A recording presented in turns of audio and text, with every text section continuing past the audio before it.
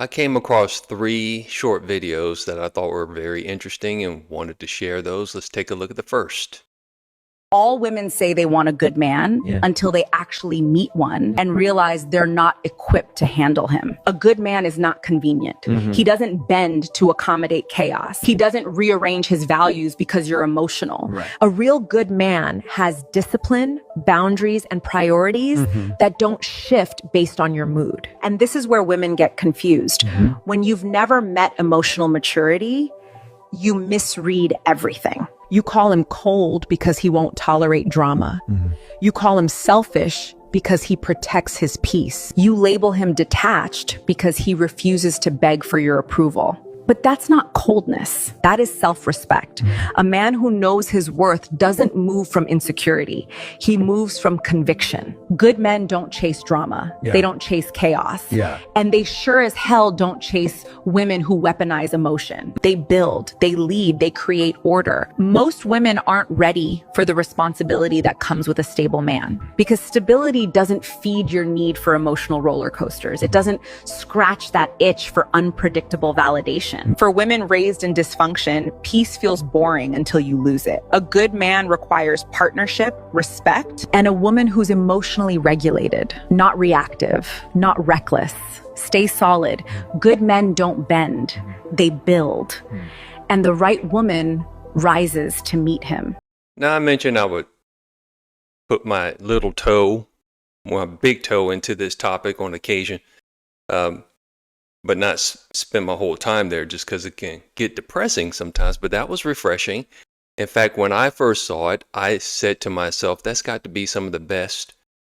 It's got to be one of the best takes I've heard from a secular perspective on this topic. The big takeaway for me was when she said, for women raised in dysfunction, peace feels boring until they lose it. A couple quick stories, and then I'll move into the next clip. About 15 years ago, I had a first date with a girl, and we met at a Italian restaurant. And the waitress there, I guess either she asked or she could sense the nervous tension between the two of us, that it probably was our first date. So when she established that, she took it a step further. In a good way, I think. She was one of the most direct, to the point, bold waitresses I've had.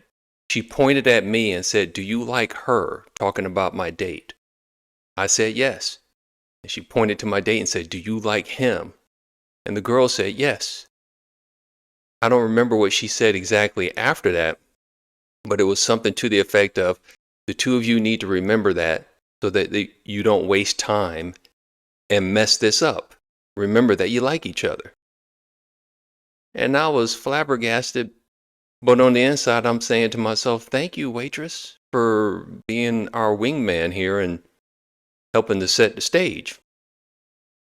But wouldn't you know it, I never saw that girl again.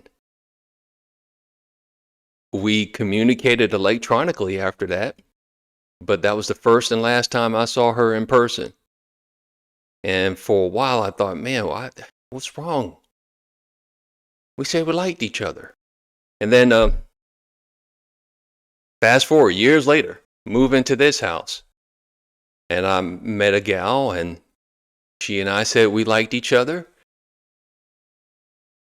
It didn't end before it got started, like me and the gal with the waitress.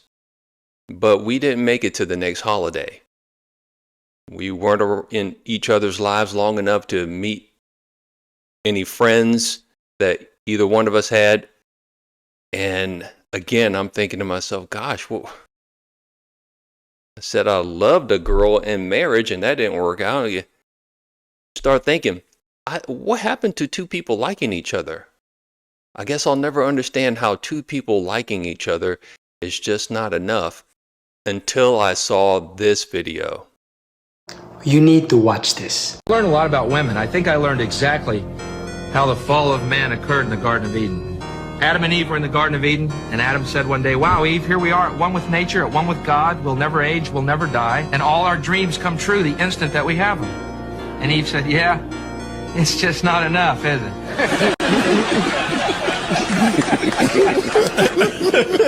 Well, that's not funny. I was just waiting for more. So that was kind of his point. That's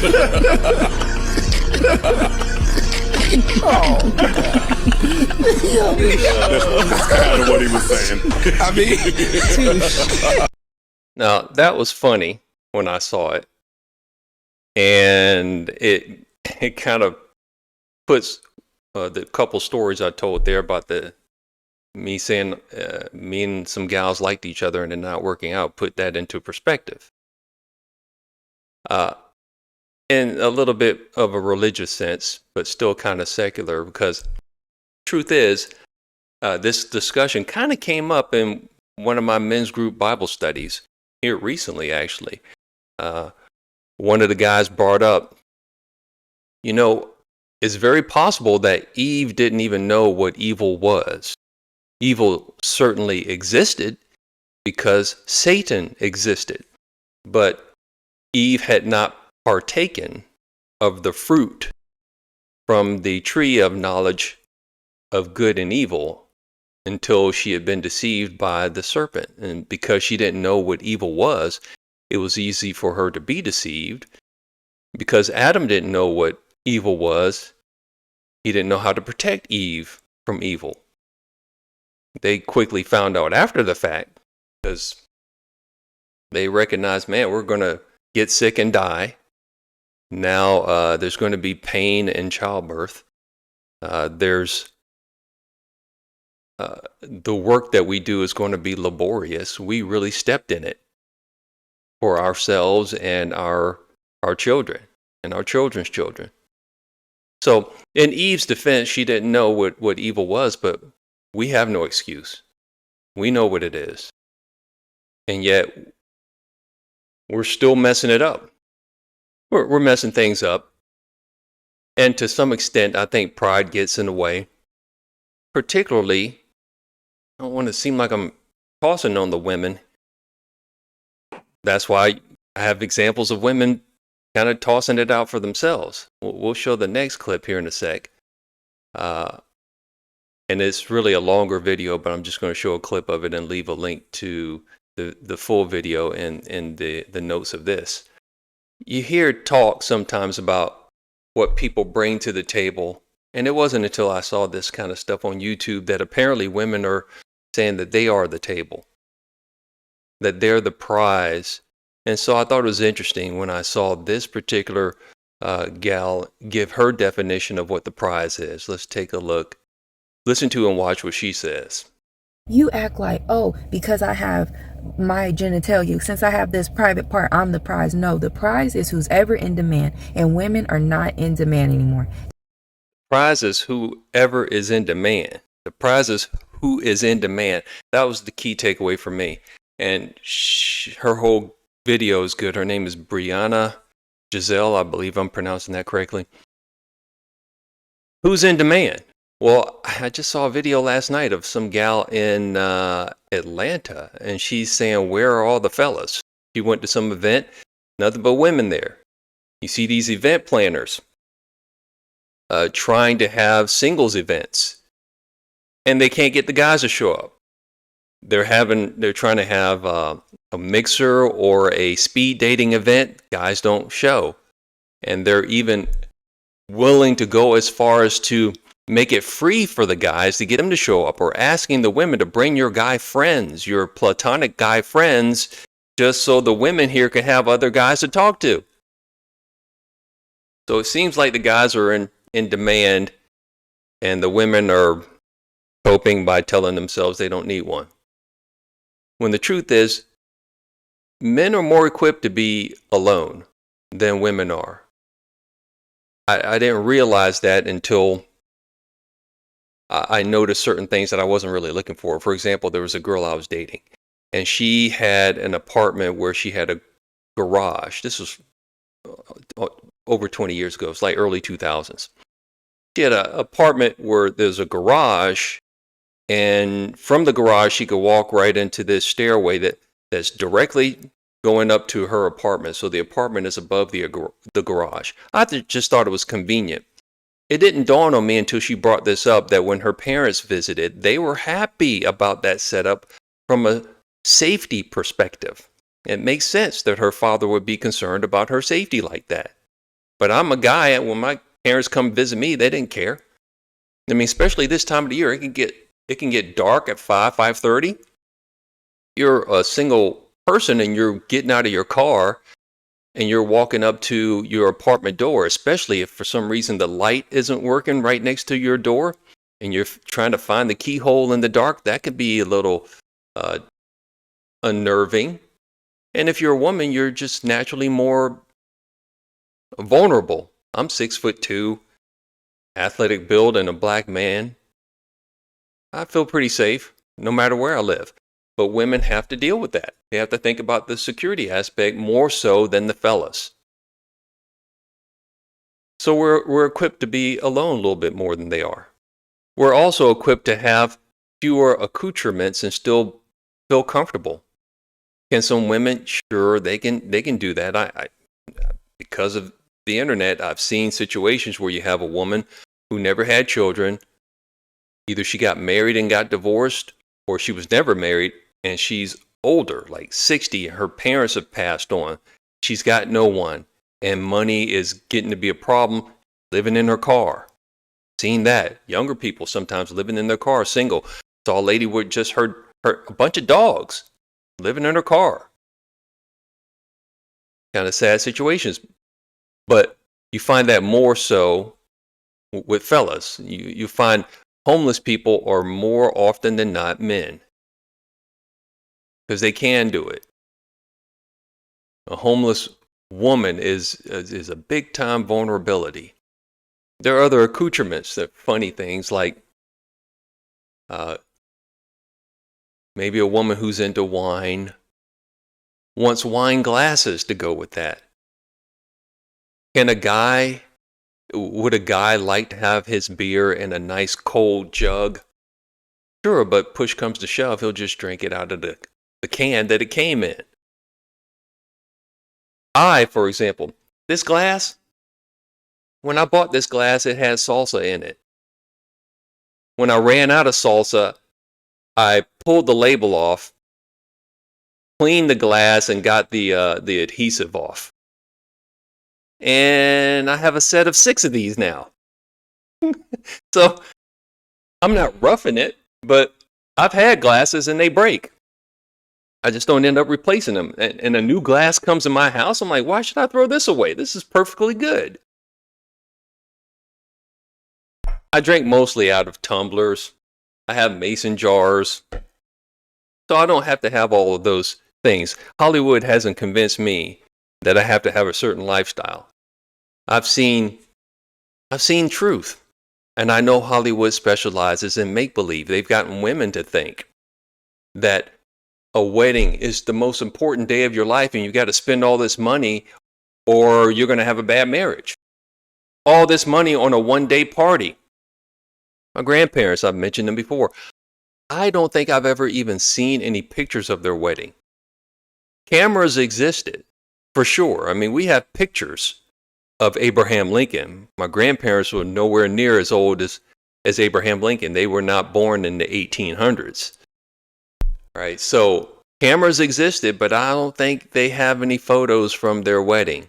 They certainly didn't have a DJ, and I don't think my grandfather spent 3 months of his salary on my grandmother's wedding. But she had multiple rings over the course of their marriage. Those things got updated. So it's not the end all be all, but Hollywood has gotten people to fall for that instead of falling for what's real. Anyway, these are 3 little clips I thought were interesting. I thought, man, all 3 of the ladies that we saw there were good-looking women. The first and last 2 who actually did more talking, they seem to have their heads screwed on right. They'll likely get snatched up if they haven't already. because they're attractive and they seem to understand the male point of view. It might be different when you're actually in a relationship. People can act different. But what say you? Who's the prize? What's going to happen with relationships? Now, I know this one last thing I'll say. I know that I've spoken about immigration on this channel, and I still think they all need to go. But one of the things that people talk about in terms of their tension about illegals and legal immigrants is that they don't assimilate to the American way. And I got to think about that a little bit. Do we really want them to assimilate to our ways of hookup culture? Do we really want them to assimilate to the business of divorce that we have in America? When you look at Asian Indians, they don't bring a lot of divorce from their communities. Their divorce rate's very, very low. I think at one point it was in the single digits. I don't know what it is today, but it's low. When you have Mexicans in America, theirs isn't as high, I think, as the national average, but it's higher than Asians. But both communities are reproducing more so than heritage Americans. So we can learn something from them, but we can do it from afar. So I still think, I still have my issues with both illegal, especially illegal, but also legal immigration, people coming here under false pretenses. But think about that. Do we really want them assimilating to what we have in terms of those things? Because we're messing it up. Our reproduction rate is not where it ought to be. We're not replacing ourselves. It should be like 2.1 kids per couple. We're not doing that. And I think some of these things I brought up in these videos are part of people are answering some of the problems. And hopefully we can get to that. If this is your first time checking me out, please consider hitting the thumbs up button. Please consider subscribing if you don't want me to set the new record. See, I kind of kid myself that I'm trying to set a new record to be the person who took the longest to get to 100 subscribers. If you don't want me to hit that record, just go ahead and spite me by hitting the subscribe button. If you do want me to hit it, just keep doing what you've been doing. And maybe I won't see you next time. So you can help me hit that record. Peace.